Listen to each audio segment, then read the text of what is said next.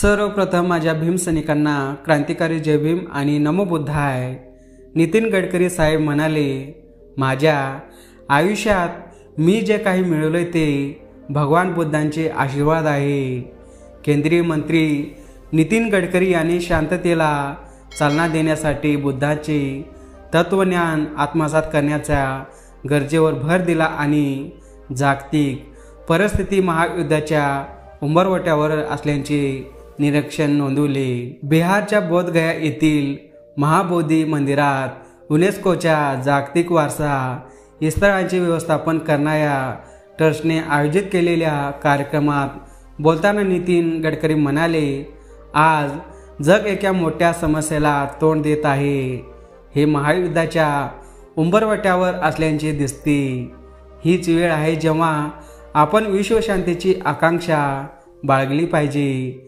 हीच वेळ आहे जेव्हा आपण विश्वशांतीची आकांक्षा बाळगली पाहिजे। विश्वशांती भगवान गौतम बुद्ध आपल्याला प्रेरणा देऊ शकतात।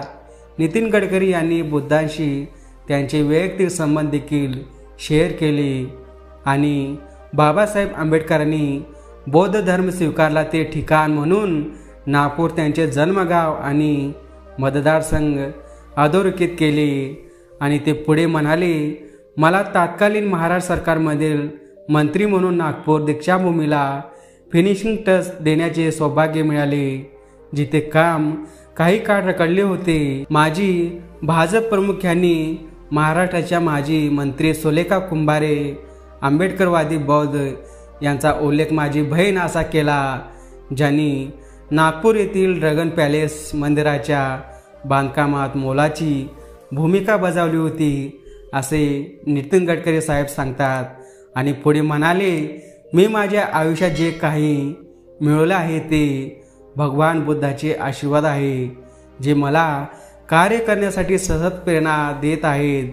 गरिबांसाठी रस्ते, वाहतूक आणि महामार्ग यांनी असेही जाहीर केले की सरकार बौद्ध सर्किटचा एक भाग म्हणून सुमारे 1600 किलोमीटर रस्ता बांधत आहे।